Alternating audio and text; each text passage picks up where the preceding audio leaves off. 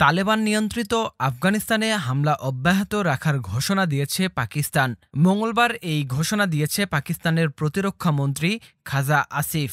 বিবিসিকে তিনি বলেন, আফগানিস্তান থেকে কিছু সশস্ত্র গোষ্ঠী পাকিস্তানের নিরাপত্তা বাহিনী ও বেসামরিকদের নিশানা করে হামলা চালাচ্ছে। বিমান হামলা চালানো হয়েছে এসব গোষ্ঠীর অবস্থানে। আফগানিস্তানে হামলা চালানো হলেও বিষয়টি এতদিন কোনো জ্যেষ্ঠ পাকিস্তানি কর্মকর্তা স্বীকার করেননি।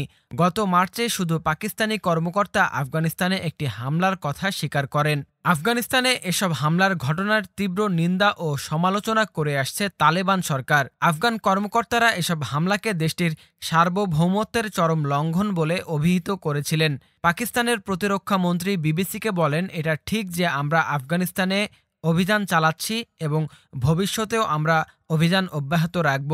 আমরা তাদের সমাদর করতে পারি না। হামলা হলে আমরাও পাল্টা হামলা চালাবো। অন্য একটি দেশে এভাবে হামলা চালানোর বৈধতা নিয়ে শঙ্কাও উড়িয়ে দিয়ে খাজা আসিফ আরও বলেন, পাকিস্তান সম্ভাব্য হামলার বিষয়ে তালেবানকে জানায় না। সম্ভাব্য হামলার বিষয়ে তালেবানকে কোনো কিছু না জানানো প্রসঙ্গে খাজা আসিফ বলেন, এতে করে ঝটিকা অভিযান চালিয়ে শত্রুপক্ষকে খতম করা হয়।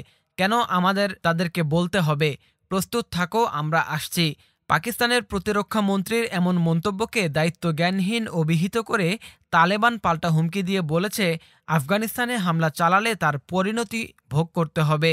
2021 সালে যুক্তরাষ্ট্রের নেতৃত্বে ন্যাটো জোটের সেনারা আফগানিস্তান ছাড়লে রাষ্ট্র ক্ষমতায় আসে তালেবান।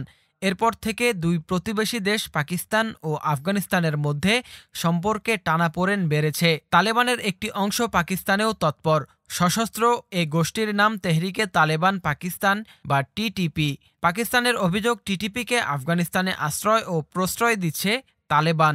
পাকিস্তানের প্রতিরক্ষা মন্ত্রী খাজা আসিফ অভিযোগ করে বলেন, আফগানিস্তানের ভূখণ্ড ব্যবহার করে টিটিপি যাতে পাকিস্তানে হামলা চালাতে না পারে, এজন্য একাধিকবার আফগানিস্তানের সরকারের প্রতি আমাদের পক্ষ থেকে অনুরোধও জানানো হয়েছে।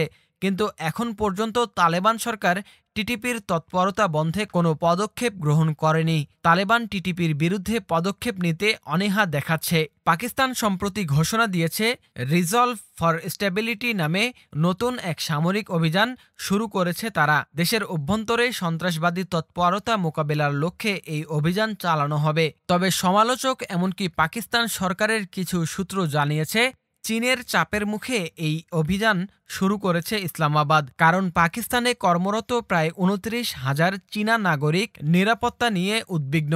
এর মধ্যে 2,500ই কাজ করছেন চীন পাকিস্তান অর্থনৈতিক করিডোর সিপিইসি নির্মাণের কাজে। চীনের বেল্ট অ্যান্ড রোড ইনিশিয়েটিভ প্রকল্পের অংশ হচ্ছে এই সিপিইসি।